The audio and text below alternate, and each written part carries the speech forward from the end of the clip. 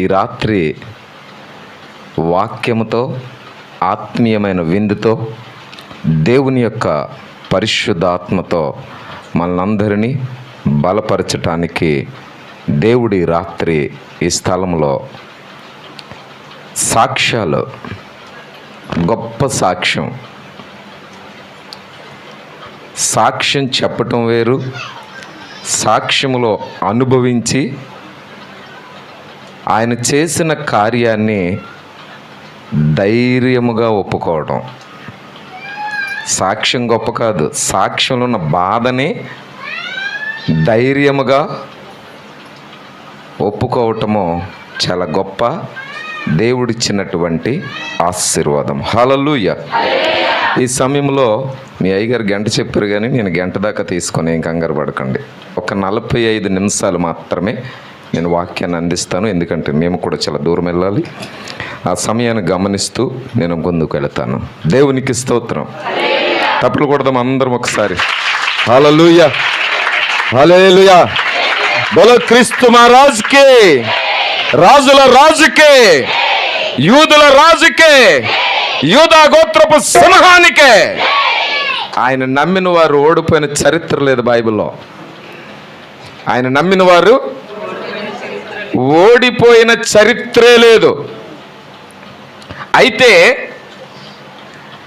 దేవుడు ఎవరిని నమ్ముతాడో వారి జీవితంలో ఊహించనన్ని పరీక్షలు ఎదురవుతాయి. దేవుడు ఎవరిని నమ్ముతాడో, ఎవరిని కోరుకుంటాడో, ఎవరిని ఇష్టపడతాడో వారి జీవితంలో ఏమొస్తాయి? పరీక్షలు. ఆ పరీక్షలు ఎలా ఉంటాయంట? మామూలుగా కాదు, ఇబ్బందుల కొలుములో వేసి నేను నిన్ను. ఇది ఎవరికి వచ్చింది? సేవకులకి. చాలా చోట్ల నేను ఈ మాటలో అనుభవపూర్వకంగా చాలా చోట్ల చూచిన మాటలు, చాలామంది అనుభవించిన పరిస్థితులు. సాతానంట మమ్మల్ని ఏమీ చేయలేక ఎవరిని? సేవకుల్ని ఏమీ చెయ్యలేక సేవకులు వెనక ఉన్నటువంటి పిల్లల్ని. చాలామంది జీవితాలలో ఇలాంటి వేదన అనుభవించారు. మరి బైబిల్ గ్రంథంలో చాలామంది భక్తుల జీవితాలను పరిశీలన చేస్తే శ్రమ తర్వాతే వెలిగించబడ్డారో, శ్రమను చూచిన తర్వాతే వారి జీవితంలో ఆశీర్వాదాన్ని చూచారు. బైబిల్ గ్రంథం నుంచి ఒక మాటను నేను జ్ఞాపకం చేస్తాను ప్రియదేవుని సంగమ. పరిశుద్ధ గ్రంథము నుండి మొదటి దినవృత్తాంత గ్రంథము, మొదటి దినవృత్తాంత గ్రంథము 22వ అధ్యాయము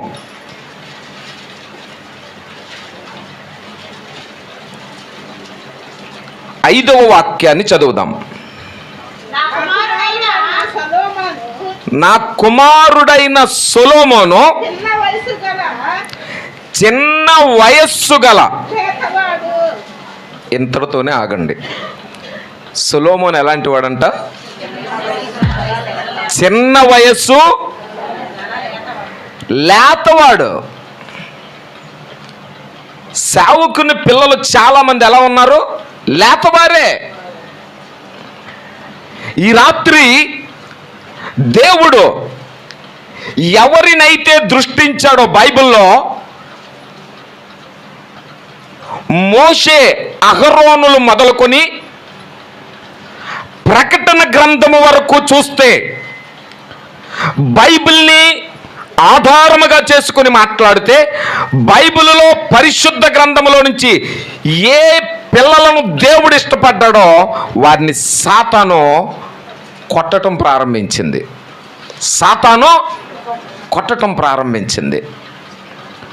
మోషేని దేవుడు పిలిచినప్పుడు మోషే 40 సంవత్సరాల జీవిత కాలంలో నెమ్మదిని చూశాడంటారా? తన ప్రజలను పరిపాలించే విషయంలో, తన ప్రజలను నడిపించే విషయంలో అతని జీవితంలో ఏం కొదువైంది? నెమ్మది. ఆ నెమ్మదిలో కూడా, నెమ్మది కొదువైపోయిన రోజులో కూడా మోషే దేవుని తట్టు చూచాడు తప్ప మరొకని తట్టు తిరగలేదు. హల్లెలూయా. సేవకులు చెప్పిన మాట ఏమి నిలబెట్టిందంట? ప్రేయర్.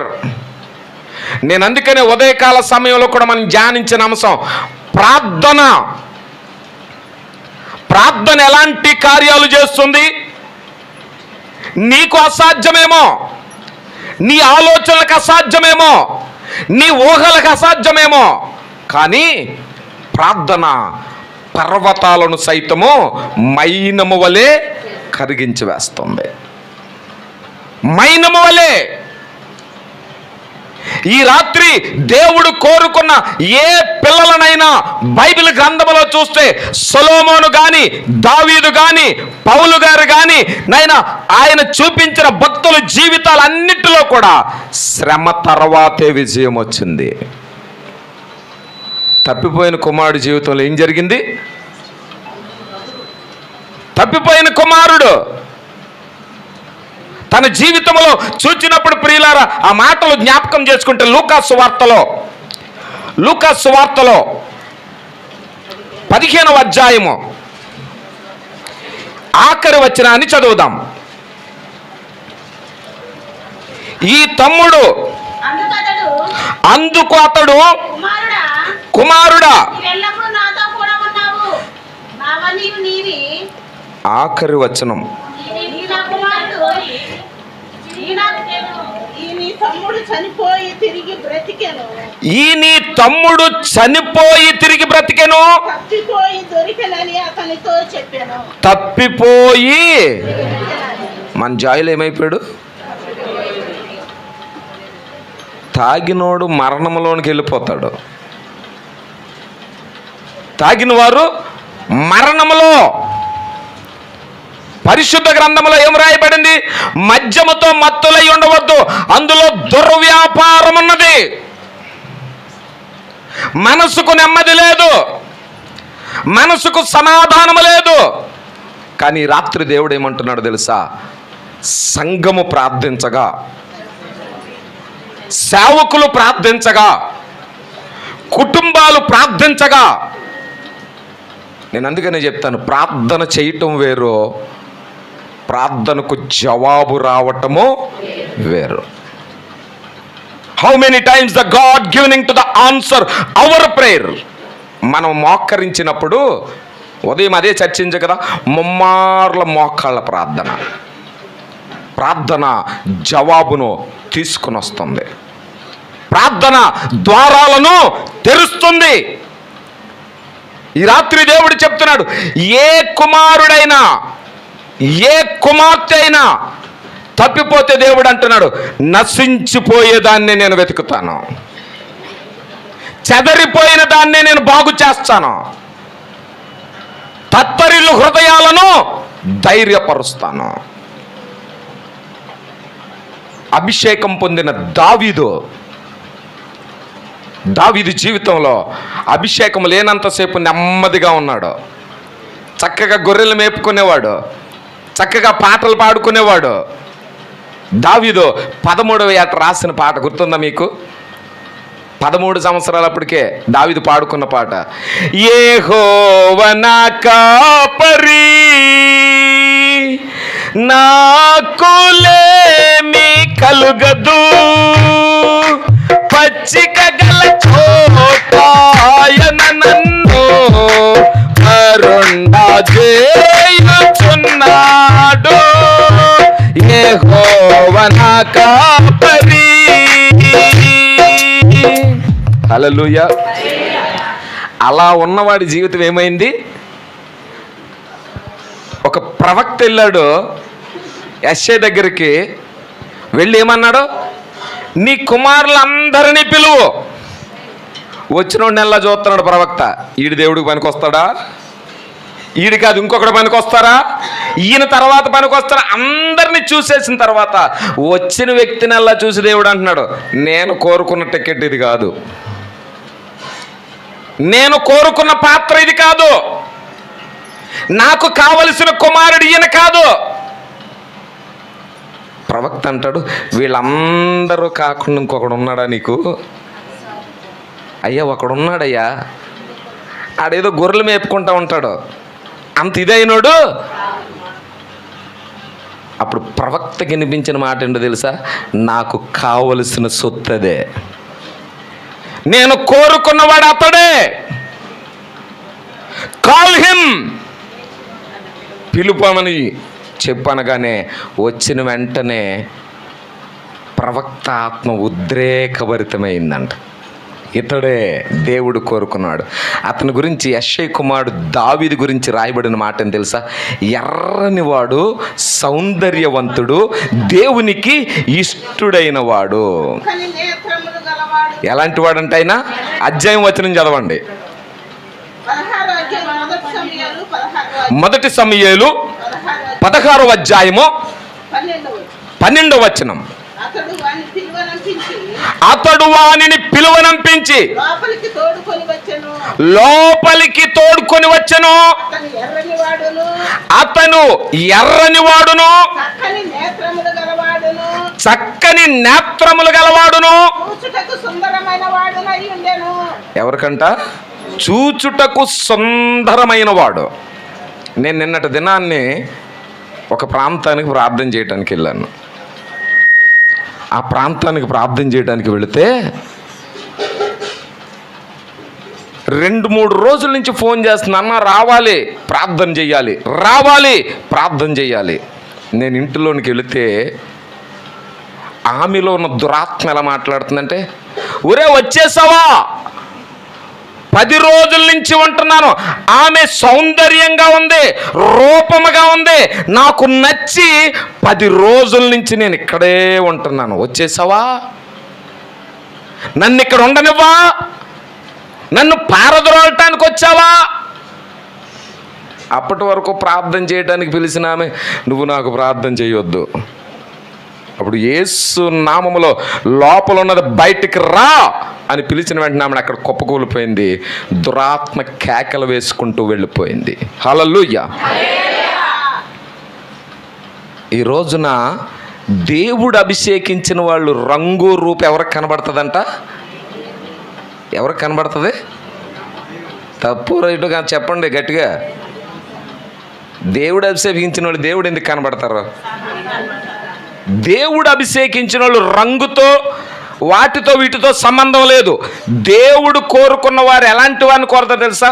ఆయన హృదయానుసారుల్ని కోరుకుంటాడు, ఆయన మాట వినేవారిని కోరుకుంటాడు, శ్రమలనైనా సహించే వారిని కోరుకుంటాడు, నిందల మధ్య నుండిపోయినా సరే కోరుకుంటాడు, పారిపోయినా సరే. ఈరోజు ఈ బైబిల్ గ్రంథం అనేక మంది నరహంతకుల్ని సేవకులను చేయలేదా? అనేక మంది వ్యభిచారుల్ని సేవకులుగా మార్చలేదా? అశాంతిలో మునిగిపోయిన వారిని, అనేక విధములుగా చెదరిపోయిన వారిని ఈ భూప్రపంచంలో దేవుని సొత్తుగా మారారు. హల్లెలూయా. దేవునిలో బలంగా వాడబడుతున్న వారినంట దేవుడు ఎంత చూస్తాడో సాతాను కూడా అంతే దృష్టి ఉంచుతాడు. ఈయన్ని ఎక్కడ కొడితే, సాతాను ఏమనుకుంది, అబ్బాయిని కొడితే సేవ పతనం అయిపోద్దేమో. నేను అనుకునే మాట కన్నా నా సేవ జీవితంలో మరణము మన ముందుకి మన పిల్లల్ని తీసుకొని వచ్చినా దేవుని సేవ, నాగలి కాడ మీద చెయ్యి వేసిన వాడు వెనక్కి తిరగరు. తపలు కొట్టి దేవుణ్ణి గణపరచండి. హల్లెలూయా. ఎలాంటి పరిస్థితులు రాని, మనశ్శాంతి కరువైపోని, నిద్రలేని రాత్రులే రాని, మేము నమ్మిన దేవుడు మేము ప్రకటిస్తున్న దేవుడు. మేము సిలువ సువార్తను ప్రకటిస్తూ ఉండగా మా ముందుకు సాతాను ఎన్ని ఉరులు వంటి వల వేసినా ఆ వల నుంచి విడిపించగలిగిన వాడు నజరేయుడైన యేసు. ఆ యేసు సైగ చేస్తేనే, ఎలాగంట, సైగ చేస్తే పంచభూతాలన్నీ, బైబిల్లో పంచభూతాలతో మాట్లాడాడు. మనుషులతో మాట్లాడినప్పుడు వినకపోతే ప్రకృతితో దేవుడు మాట్లాడతాడో. దేవుడు బైబిల్లో ఖచ్చితంగా రాశాడు, ఆకాశమా, భూమి, గాలి. అక్కడ రాదు, మనకు గుర్తుండదుగా. నావలో ఉన్నప్పుడు ఆయన లేచి గాలిని గద్దించాడు. ఒక సేవకుడు అడిగితే, ఆయనకిష్టమైన వ్యక్తి అడిగితే సూర్య చంద్రులు కూడా తమని గతిని కదల్చకుండా నిల్చుండిపోయాయి. సేవకులు ఎంత బలమైన వాళ్ళో, సేవలో వాడబడుతున్న వారు ఎంత ధీరులో ఎవరికి తెలుసు? సాతానుకు తెలుసు. అందుకనే సేవను పాడు చేసేందుకు ఎన్నో ఇసురుతాడు. ఉదయకాలం జ్ఞాపకం చేశాను, గిన్నెను ఖాళీ చేసి పెట్టాడు యేసయ్య. 40 దినాలు ప్రార్థన చేసిన దేనికోసం? ఆ గిన్నెను నీ చిత్తమైతే నా యొద్ద నుండి. మాకు సమస్యలు వచ్చినప్పుడు, ప్రభువా నీ చిత్తమైతే ఈ సమస్యని, గిన్నెను మా యొద్ద నుండి తీ. ఒకవేళ ఈ ముళ్ళు ఉండటం, ఒకవేళ ఈ శోధన ఉండటం నీ చిత్తమైతే దానికి తల వంచి మేము ప్రార్థనే చేస్తాం. కానీ సాతానుకు మాత్రం లోబడం. సాతాను ముందు మాత్రం తలదించం. సంసోను మారు మనస్సు పొందిన తర్వాత, సంసోను తన యవ్వన ప్రాయములు ఎంత బలవంతుడు, ఎంత బలవంతుడు సంసోనికి? గాడిద ఎముకను తీసుకొని శవాలను కుప్పగా పోసినటువంటి బలవంతుడు. కత్తి లేదు, ఏమీ లేదు అక్కడ. ఏం పట్టుకున్నాడు? గాడిద దవడ ఎముకో.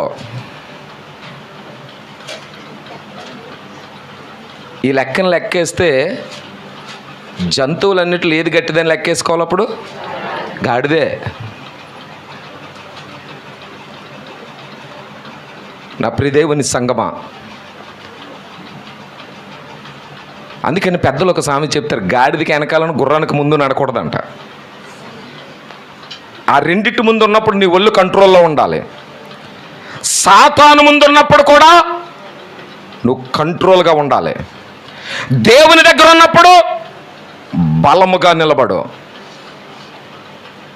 సంసోను అంత బలవంతుడై ఉండి తన అనాలోచన వలన మాత్రమే దేవుని ప్రణాళికను పోగొట్టుకోలేదు. ఎందుకని? నాజీరు చేయబడిన వాడు చిన్నప్పటి నుండే.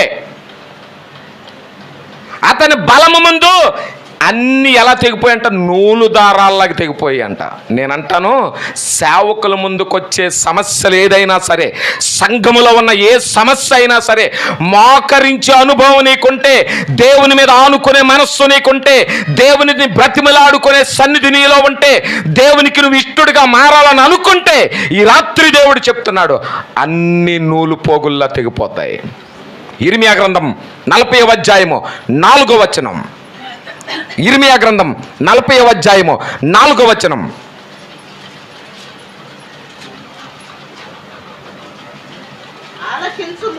ఆలకించుము, ఈ దినమున నేను నీ చేతులకున్న సంకెళ్లను తీసి ఏం చేశాడంట? ప్రార్థన జవాబిచ్చే ఒక దినం ఉంటుంది. ప్రార్థనకు జవాబొచ్చే ఒక దినం ఉంది. దానికి ఎలాగా? ప్రసంగి గ్రంథములు అంటాడు కదా దేవుడు, ప్రతిదానికి ఒక సమయం. ప్రార్థన ఏం చేస్తుందో తెలుసా? నీ టయాన్ని నిర్ణయిస్తుంది. ప్రార్థన దేవుడి ఉద్దేశాన్ని నీ జీవితంలో ఏ సమయానికి జరగాలో, అందుకని దేవుడు దానికి ఆన్సర్గా ఏం చెప్పాడు? నువ్వు అడుగు వాటికన్నా, నువ్వు ఊహించు వాటికన్నా. అదే దేవుడు మరలా ఏమన్నాడు? మీ తలంపులు వంటివి.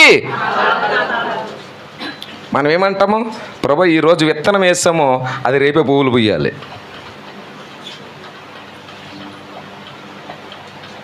ఈరోజు వేసి రేపే ఆశించాలి. విత్తేది, విప్పబడేది, ఫలించేది 30, 60, 100 ఈ రాత్రి దేవుడు చెప్తున్న మాట, నా ప్రియ దేవుని సంగమా, సంఘము ప్రార్థించగా సమస్యని సంఖ్యలు చేతుల నుండి విడిపోతాయి. రోదన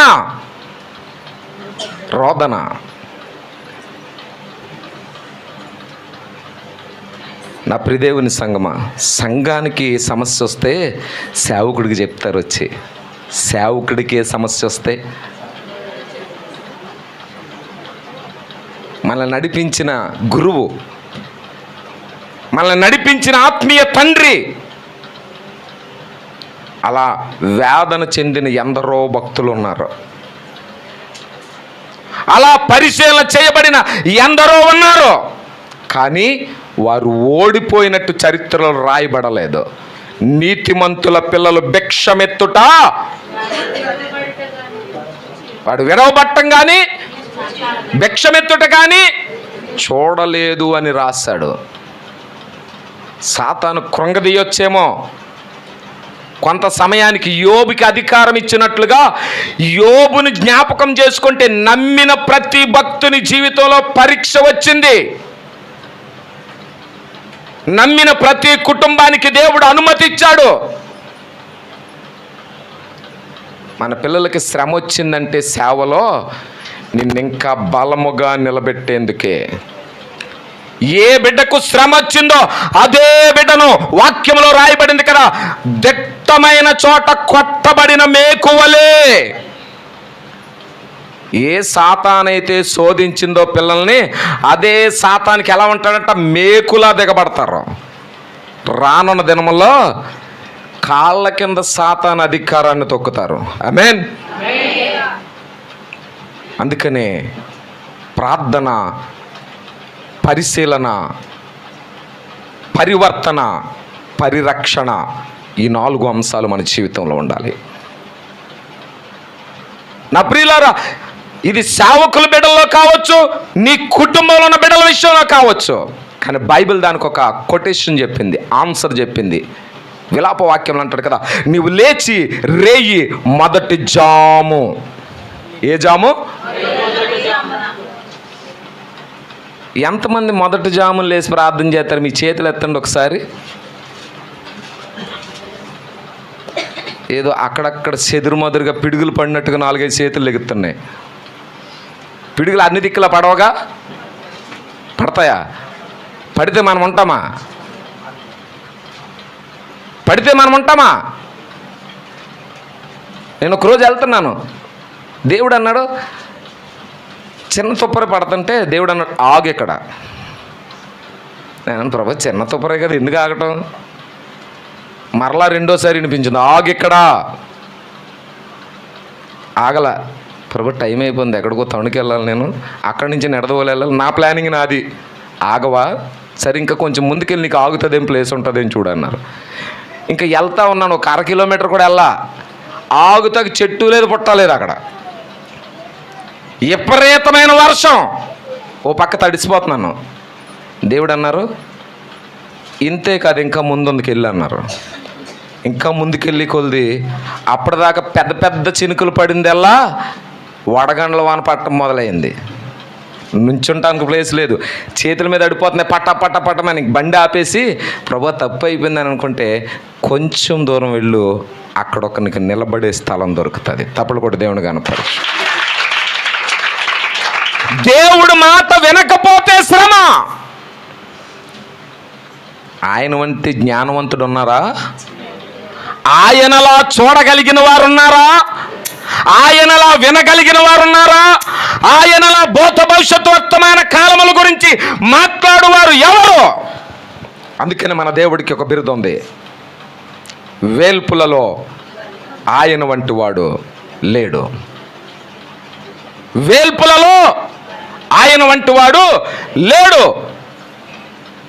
కార్యాలు చేయటంలో కూడా ఆయన వంటి వారు ఎవరునూ లేరు.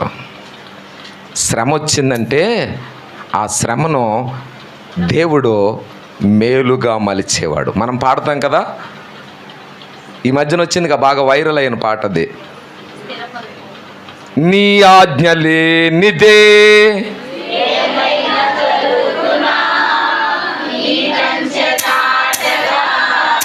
శత్రువుకు సాధ్యమా, నీ ఆజ్ఞ లేనిదే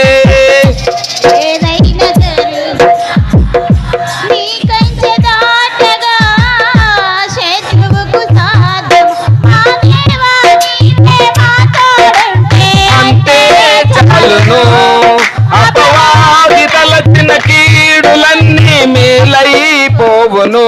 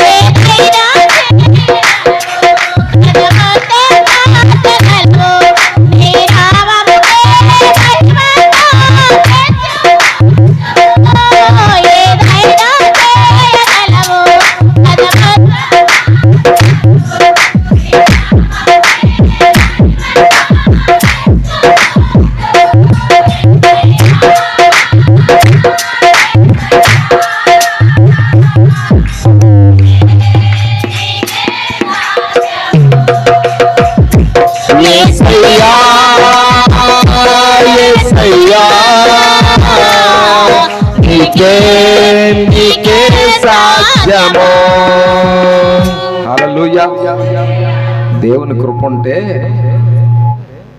అపవాది తలంచిన కీడులన్నీ, అపవాది ఎన్ని తలిచాడో, అపవాది ఎన్ని ఉద్దేశించాడో, కానీ దేవుడు అంటున్నాడు, దేవునికి ఒక ప్లానింగ్ ఉంది నీ గురించి, దేవునికి ఒక గొప్ప ఉద్దేశం ఉంది. దేవుడు నీ గురించి గొప్ప గొప్ప కళలు కంటాడు. మన కళలు ఏముంటాయండి? మన కళలు ఎలా ఉంటాయి చెప్పండి? మన కళలు చాలా ఉంటాయిగా. మా పిల్లలకు ఉద్యోగాలు రావాలి, మా పిల్లలకి పెళ్ళిళ్ళు అవ్వాలి, పెళ్ళిళ్ళు అయిన పిల్లలు పుట్టాలి, పిల్లలు పుట్టిన వాళ్ళు పురుళ్ళు వేయాలి. మన దౌర్భాగ్యం అంతా ఇది. దేవుడు అలాంటి ఆలోచించడు. దేవుడు ఏమంటాడు తెలుసా? నేను ఉద్దేశించింది నీ జీవితంలో నేను జరిగించాలని ఈ భూమి మీదకి నిన్ను పంపించా. నీ జీవితంలో ఏది చెయ్యాలో నిర్ణయించిన దేవుని యొక్క నిర్ణయాన్ని సాతాను గలిబిలి చేయగా నువ్వు చెదరిపోతూ ఉంటే, పారిపోతూ ఉంటే, భయపడిపోతూ ఉంటే, దేవుడు అంటున్నాడు, నేను తుఫానును శాసించిన దేవుడను, సూర్యచంద్రులను ఆపిన దేవుడను, నీ కొరకు తన ఇష్టమైన ప్రజల కొరకు భూమినే చీల్చిన దేవుడు. భూమి చీలిందా? మోషే రోజుల్లో 2 గుంపులు లేచాయి. మోషే తరపున ఒకరు. ఈరోజు సంఘాల్లో కూడా గుంపులు లేస్తాయి. మనం ఆ పక్కన ఉందాం, ఈ పక్కన ఉందాం. ఆ పక్కన ఈ పక్కన ఉంటే మట్టిలో కలిసిపోతావు. వాక్యంలో మాత్రమే ఉండు. సేవకులు పట్టుకుని ఉండు. సేవకులు బోధతో నడువు. ఎందుకో తెలుసా? ఈ బోధ ఇహ సంబంధమైంది కాదు. ఈ బోధ పరలోక మర్మములను గురించి తెలియజేసి ఆ నిత్య రాజ్యానికి మనందరినీ వారసులుగా చేస్తుంది. హక్కుదారులుగా. నువ్వు అక్కడ అన్నీ పొందుకుంటావని తెలిసిన సాతాను ఏం చేస్తాడు? అక్కడ నీకు సొత్తే దొరకకూడదని నీ ముందుకు ఏం పంపుతాడు? తాగుడు, జోదం, వ్యభిచారం, నేత్రాస, శరీరాస, జీవపటంబం. ఇంకా చెప్పాలంటే అసూయ, కక్ష, ఎన్నున్నాయో, ఆత్మవరాలు ఎన్నున్నాయో సాతాను క్రియలు దానికన్నా రెట్టింపుగా ఉన్నాయి. కనుక ప్రియ దేవుని సంగమా, ఈ రాత్రి నేను సమయాన్ని గమనిస్తూ ముందుకు వెళుతున్నాను. ఈ రాత్రి దేవుడు చెప్పుచున్న మాట, దేవుని ప్రణాళికలో ఉన్న వారిని దేవుడు చెదరిపోనివ్వడో, విడిచిపెట్టడో, మరిచిపోడో. సంసోను జీవితంలో యవ్వన కాలంలో ఎలాగంటే జరగని, కన్నులు పోయినా సరే, పొడి చేసినా సరే, దేవుడి దగ్గర ఏమన్నాడు, తండ్రి ఒక్క అవకాశం. ఈరోజు మన రాజకీయ నాయకులు కూడా అడుగుతారు, ఒక్క అవకాశం కూడా మిమ్మల్ని ఉద్ధరిస్తాం. ఏం చేస్తారు? ఉద్ధరిస్తాం కాదు, తర్వాత ఉతికి ఆరేసేస్తారు. ఉద్ధరిస్తామని మాట ఇచ్చిన వాళ్ళు ఏం చేస్తున్నారు ఈరోజు? ఎవరిని ఉతుకుతున్నారు ఈరోజు? క్రైస్తవ సమాజాన్నే ఉతుకుతున్నారు. క్రైస్తవ్యం మీదే అందరి చూపు. నా ప్రియదేవుని సంగమా, సంసోను ఒక్క అవకాశం అడిగితే దేవుడిచ్చాడు. ఇస్తే ఏం చేశాడు? తన బ్రతుకు దినములన్నింట చేసిన వధ కన్నా ఏం చేశాడు? ఆ రోజు చచ్చిపోయిన వాళ్ళు ఎక్కువ. ఎందుకని? ఎక్కడి నుంచో పెట్టారు? మూలాధారమైన 2 స్తంభాల దగ్గర కట్టినప్పుడు అని అంటారు, ఎక్కడున్నాయో నాకు చూపించండి, పట్టుకునే ఒక్కసారి ఇవ్వండి. అక్కడ అడిగాడు దేవుణ్ణి, ప్రభువా ఒక్కసారి నేను కోల్పోయిన బలాన్ని నాకిమ్ము, నేను పాడు చేసుకున్న బలాన్నిమ్ము, నన్ను నేను నిరూపించుకుంటానయ్యా అని అడగగా పరిశుద్ధాత్మ అభిషేకము తిరిగి సంసోను మీదకి దిగి వచ్చింది. ఈ రాత్రి ఒక ప్రవక్తగా నేను చెప్తా ఉన్నాను, జాయులు రానున్న దినంలో దేవుని బలమైన పాత్రగా ఉండబోతున్నాడు. ఇది ప్రవచనం. ఎందుకో తెలుసా? ఏ సమయాన్ని ఎవరిక్కడ నిలబడాలో, ఆ సమయానికి ఎలా సిద్ధపరచాలో, ఎలా నేర్పించాలో, ఎలా గుణపాఠాలు చెప్పాలో, ఎలా జ్ఞానం ఇవ్వాలో, ఎలా మారు మనస్సు ఇవ్వాలో, ఎలా దేవుని చేత మరలా కట్టాలో ఎరిగిన జ్ఞాని దేవుడు. ఆ దేవుని దగ్గరికి ఎన్ని ప్రార్థనలు వెళ్తున్నాయి? ఇటు చూడండి, కెమెరా వంక ఎవరు చూడొద్దు. భూమి మీద నుండి, సంఘములో నుండి లేచే స్తుతులన్నిటినీ దేవుని దగ్గర ఉన్న బంగారు పాత్రలోకి వెళ్తున్నాయి. వారు చేసిన రోదన, వారు చేసిన ఆ విజ్ఞాపన, ప్రియదేవుని సంగమా, నిన్ను సాక్షిగా నిలబెడుతుంది. అది ఎలా సాక్షి తెలుసా? దేవుడి సాక్షులు ఎలాగ ఉంటారో తెలుసా? హతసాక్షులుగా సైతం మారిపోతారు. ఆమేన్, హల్లెలూయా. హతసాక్షులుగా కూడా మారిపోతారు. ఆ రోజు అనుకుంటారు, ఈడైనా ఇలా అయ్యాడు, ఒకప్పుడు అలా ఉన్నాడు, మొదట్లో బాగానే ఉన్నాడు. బైబిల్లో చాలామంది మొదట బాగానే ఉన్నారు, పడిపోయి తిరిగి లేచిన తర్వాత మహా ఉప్పెనగా మారిపోయారు. సౌలు మొదట్లో ఎలా ఉండేవాడు? 6 లక్షల మందిని గడ్డి కోసినట్టు కోసుకుంటూ వెళ్ళిపోయాడు. తర్వాత పౌలుగా రూపాంతరం చెందిన తర్వాత ఎలా ఉంది అతని పరిచర్య? నేటి క్రైస్తవ సమాజానికి పునాది పత్రిక పాఠాలన్నీ, పౌలు పత్రికలన్నీ నేటి సమాజాన్ని కట్టటములో, బలపరచటములో, సంఘములో యవనస్తులను లేవనెత్తటములో, సంఘములో కుటుంబాలను స్థిరపరచటములో పౌలు గారికి పరిశుద్ధాత్మ ద్వారా ఇవ్వబడిన ప్రతి లేఖన భాగము నేడు నీకు నాకు పాఠాలై ఆయన సన్నిధిలో ఫలించేటట్లు చేస్తుంది. ఈ రోజున ప్రియ దేవుని సంగమా, నువ్వు విశ్వసిస్తే, నేను అందుకనే చెప్తాను 3 ప్రార్థనలు: ఒంటరి ప్రార్థన, కుటుంబ ప్రార్థన, సంఘ ప్రార్థన. ఒంటరి ప్రార్థన నీ ప్రతి అవిధేయతను దేవుని దగ్గర తెలియచేస్తుంది.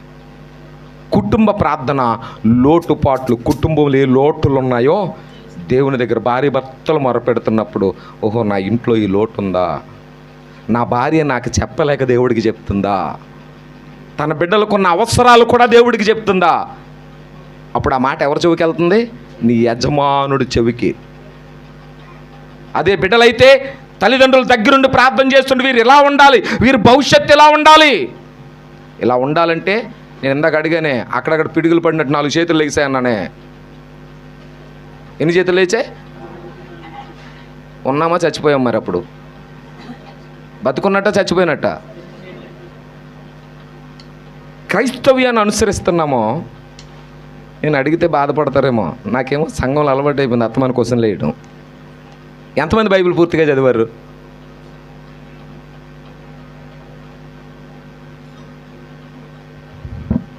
ఇంక నేనేమి అన్నాం. దేవునికి స్తోత్రం. చచ్చిపోయేలోపు చదువుతారా? పోనీ చదువు రాకపోతే ఏమో, చదువు వచ్చి బైబిల్ చదవకపోతే నీకు యేసు ప్రభు తెలీదు, ఈ బైబిల్లో ఉన్న దేవుడే తెలీదు. సంఘానికి వచ్చి వెళ్ళిపోతున్నావు తప్ప వాక్యం విని ఆ సమయానికి. కొంతమంది వాక్యం విన్నప్పుడు ఎలా ఉంటారు? నిజమే ఎలా ఉండాలి. నూనెలో పిండేసినోడు అది ఏమవుతుంది? పొంగడాలు వండుతారే, మరి పొంగడాలంటే మీకు తెలుస్తుందో లేదో. ఆంధ్రాలో బాగా ఫేమస్ అరుసులు ఒకటి, పొంగడాలు ఒకటి, పోకుండలు ఒకటి. అవి నూనెలు వేస్తే ఎంత బాగా ఉప్పొంగుతాయో. సంఘంలో ఉన్నప్పుడు రేపటి నుంచి ఇలాగే ఉండాలి. పొద్దున్న లేచి రాత్రి పాస్టర్ గారు ఏం వాక్యం చెప్పారంటే, చెప్పారు బలంగా ఉండమని. ఏముండమని చెప్పారట? బలంగా ఉండమని. 4 అరుసులు తినేసి 2 పొంగడాలు తింటే వస్తుంది బలం. వాక్యాన్ని వింటే, వాక్యాన్ని చదివితే, వాక్య ప్రకారం జీవిస్తే. ఈ వాక్యము దావీదు గారు ఆన్సర్ ఇచ్చారే, ఈ వాక్యము నన్ను బ్రతికిస్తుంది.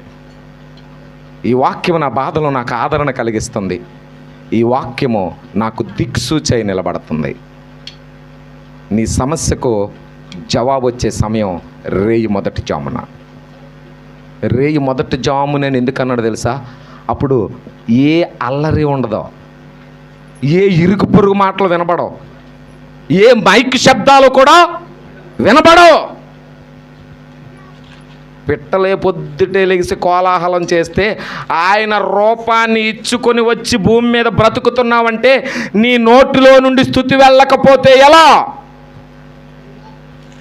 దావీదు గారు చెప్పారే 3 రకాలుగా: ఉదయకాల నైవేద్యం, సాయంకాల నైవేద్యం, ఉదయకాల ధూపం, మధ్యాహ్న కాల సమయం ధూపం. ఏది మన బ్రతుకుల్లో? ఇంకా బలపడండి, ఇంకా నేర్చుకోండి, ఇంకా క్రీస్తు దాసులుగా ప్రార్థించే కుటుంబాలుగా. మీరందరూ ప్రార్థిస్తున్నారు నాకు తెలుసు, ఎందుకంటే నేను చాలాసార్లు వచ్చాను మీ మధ్యకి. చాలాసార్లు మీ ఆత్మీయ జీవితాన్ని ఎరిగిన వాడను. అయితే ప్రియులారా, పై భక్తి రక్షించదో. పెదవుల నుండి వచ్చే ప్రార్థన, నోటి నుండి వచ్చే మాటలు రక్షించవో. హృదయములో నుండి రావాలి, హృదయపూర్వకముగా మాట్లాడాలి. బైబిల్లో చెప్పబడిన అనేక భక్తులు, నా ప్రియ దేవుని సంగమా, దావీదు గారిని అభిషేకించిన తర్వాత 150 కీర్తనలు చదివితే అతని మనస్సులో ఉన్న మనోవేదన. దావీదు ఒక తప్పును బట్టి జీవితకాలం ఏడ్చాడు. కానీ అదే దావీదుని ఏం చేశాడు? దావీదు తాళపు చెవులు కలిగిన వాడని దేవుడు ఆశీర్వదించాడు. హల్లెలూయా, హల్లెలూయా. దావీదు నా ప్రియులారా స్తుతి వస్త్రము కలిగిన వాడు, కీర్తనీయుడు, స్తోత్రార్హుడైన దేవుణ్ణి స్తోత్రించుటలో ఆయన పాత్రను పోషించినటువంటి వ్యక్తి. ఈరోజు యవనస్తుని దేవుడు ఎందుకు తన అంబుల పొదులు పెట్టాలనుకుంటున్నాడు తెలుసా? యవనస్తులారా, మీరు బలవంతులు, దేనినైనా జయించగలరో.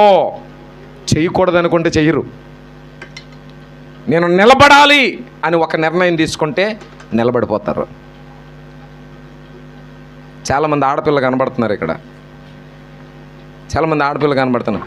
అమ్మ సాయం చెయ్యి అంటే చెయ్యాలని ఆ మనసు వస్తే అమ్మని చీపురు గట్ట కూడా అట్టుకునేవారు. లేకపోతే అమ్మ ఎంత బతిమాల చెయ్యను అని ఒకసారి భీష్మించుకున్నదా రమ్మ ఊరుకుంటుందా? గారం గజ్జలు గడితే చీపురు కట్టించుకుని వీధులంట తిప్పి 4 కొడితే ఆ మూల ఈ మూల కూర్చొని ఏడిసిన తర్వాత యథావిధిగా లొంగి పని చేస్తారు. అప్పుడు బైబిల్ చెప్తున్న సారాంశం ఏంటో తెలుసా?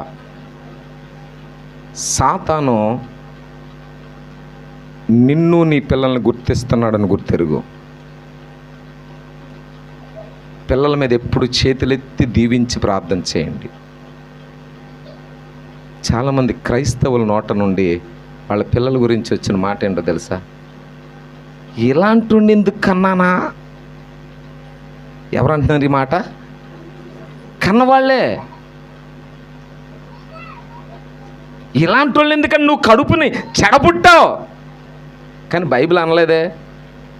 బైబిల్ ఏమంది? నీ బిడ్డల కొరకు చేతులెత్తి ప్రార్థించు, వారి చేతులెత్తి దీవించు. వారు కృంగిపోయిన వేళ, వాళ్ళు ఆదరణ లేదనుకున్న వేళ బైబిల్ చెప్పిన సారాంశం వారి కొరకు రోధించేవారు ఉండాలి, వారి కొరకు ప్రార్థించేవారు ఉండాలి. ప్రార్థించే తల్లిదండ్రులుగా ఉండండి, ప్రార్థించే సోదరులుగా ఉండండి. అలా ఉన్న రోజున దావీదు గుడారము తిరిగి కట్టబడినట్లుగా, సొలొమోను మీదకి దేవుని మహిమ మరలా వచ్చినట్లుగా ఎందరో భక్తుల జీవితాల్లో వివరించే సమయం లేదు. కానీ బైబిల్లో చెప్పబడిన సారాంశము, ఏ వ్యక్తిని దేవుడు కోరుకుంటున్నాడో అదే వ్యక్తిని ఎలా చెదరగొట్టాలని సాతాను చేసే ప్రయత్నాలు దేవుడు కొన్నిసార్లు అవకాశం ఇస్తాడు. నువ్వు ట్రై చేసి చూడు. ఆ ట్రై చేసి చూడమన్నప్పుడు ఏం చేస్తాడంట? లోకములో బురదలో పొరలాడించేస్తాడు. కానీ దేవుడు కడిగితే, దేవుడు నీకు ఇచ్చిన టైం అయిపోయిందని సాతానుతో చెప్తే ఎలా ఉంటుంది? యోబు కుమార్తెలు ఆ నగరానికే ఎలాగా? దేవుడు కడిగిన తర్వాత ఏ వ్యక్తి అయినా, ఏ కుమార్తె అయినా, ఏ కుటుంబమైనా దేవుని దృష్టిలో అది ఎలా మారిపోతుందంట? సౌందర్యం, విలువైనదిగా దేవుడి ప్రణాళికలో ఆయన కోరుకుని సాతాను కొంచెం టైం ఇస్తాడు. సాతాను పర్మిషన్ తీసుకుంటాడు దేవుని దగ్గర. నేను ఒకసారి పరిశీలన చేసి చూస్తాను. యోబుని అడిగినట్టుగా మన గురించి దేవుడు అడగడా? పలానా సేవకుడు కదా, బలంగా వాడబడుతున్నాడు కదా, అతనికి ఒక గాయం పెట్టి చూస్తాను, లేకపోతే వాళ్ళ పిల్లల్ని పాడు చేసి చూస్తాను, అతడు నిలబడతాడా లేదా? దేవుడు అంటాడు, సర్లే నేను గేట్లు తీసాను, వెళ్ళు. బలంగా పరిచర్య చేసేవారి చుట్టూ ఎవరు తిరుగుతాడు ఇప్పుడు? సాతాను. ఎక్కడ దారి దొరుకుతుందా, ఎక్కడ దారి దొరుకుతుందా? కానీ దేవుడు కంచె తీయనంత వరకు వాడికి అధికారము లేదు. దేవుడు కంచె తీసిన తర్వాత కొంత సమయమే. దావీదు చరిత్ర చదివినప్పుడు దుఃఖించిన కాలం ఎంతో, దానికి ఏడింతలుగా దేవుని కార్యాలు చేసినటువంటి వ్యక్తిగా దావీదు ఎలా నిలబడ్డాడో, మోషే ఎలా నిలబడ్డాడో, అహరోన్లు ఎలా నిలబడ్డారో ఈ రాత్రి దేవుడు చెప్తున్నాడు.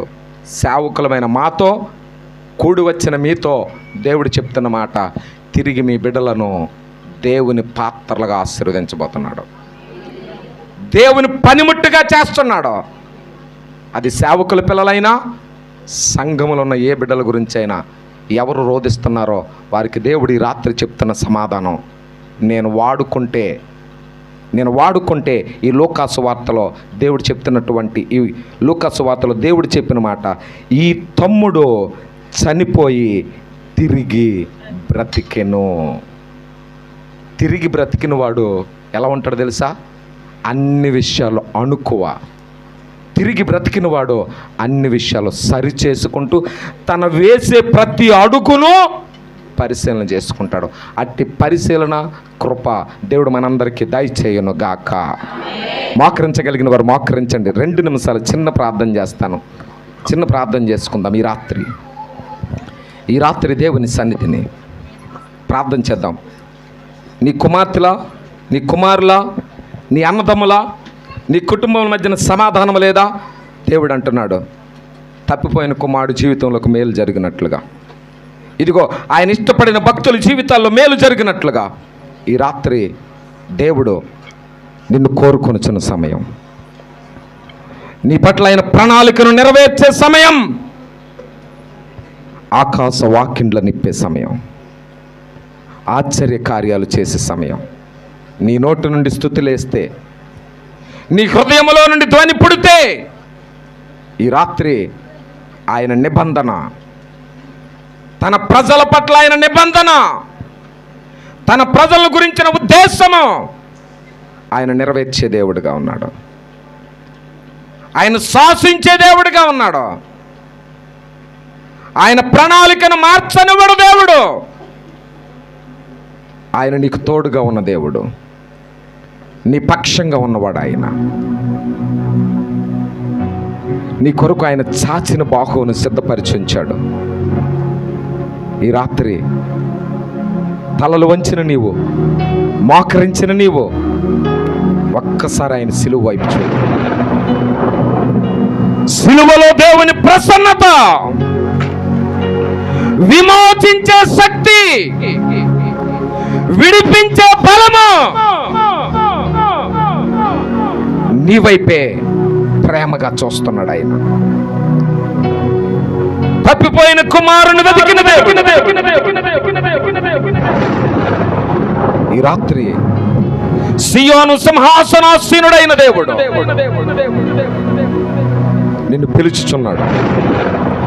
నా కుమార్తె నిన్ను పిలుస్తున్నాడు, నా కుమారుడా నిన్ను పిలుస్తున్నాడు. ఆయన వైపుకి నీ అవధులను దాటిరా, నీ పరిస్థితులను సరిచేసుకునేందుకు రా. యోధా గోత్రపు సింహము బయలుదేరి ఉన్నది. మాటు వేసిన దాన్ని అణిచివేయడానికి, ఏలికగా ఉన్న దాన్ని బ్రద్దలు కొట్టడానికి, పరిస్థితులను చక్కదిద్దడానికి మై కింగ్, మై సేవియర్ నీకు ముందుగా బయలుదేరాడు. నీకు ముందుగా బయలుదేరాడు. ఎందుకు తెలుసా? ఆయనకి విరోధముగా రూపించబడినవన్నీ కూలిపోతున్న రాత్రి, యెరికో గోడలు కూలిపోయినట్లుగా, ఎర్ర సముద్రము చేల్చబడినట్లుగా నీ కుటుంబాన్ని ఏలుతున్నదేదో, నీ బిడ్డలు చెడగొడుతున్నదేదో, నీ ప్రార్థనా జీవితాన్ని పాడు చేస్తున్నదేదో ఈ రాత్రి ఆకాశం నుండి చూస్తున్న దేవుడు, సైన్యములకు అధిపతి యెహోవా, రోషము కలిగిన దేవుడు నిన్ను చూస్తున్నాడు. ఇది విడుదల సమయం, ఇది విడిపించబడే సమయం. ఆయన నీ కొరకు సింహాసనం నుండి కదులుతున్న సమయం.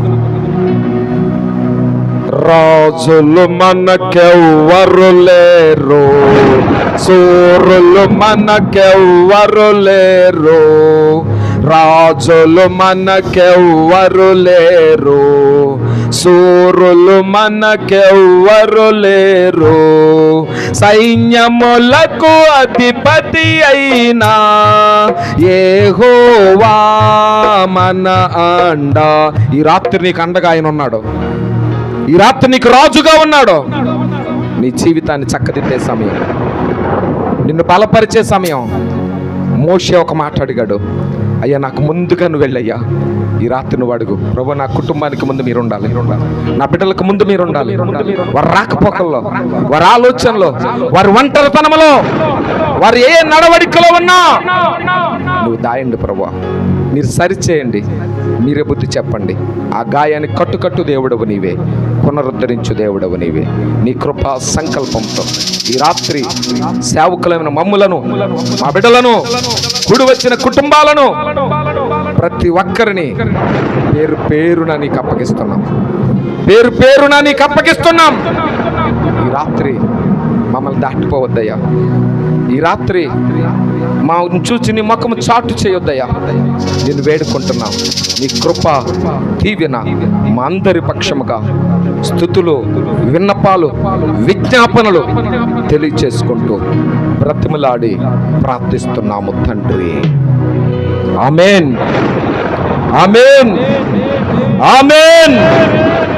దేవుడు మిమ్ములను, మీ కుటుంబాల్లో ఉన్న ప్రతి ఆలోచనను ఈ రాత్రి సరిచేసి సదా ఆయన దీవెనలోనికి మిమ్మల్ని నడిపించునుగాక. Amen, amen, amen.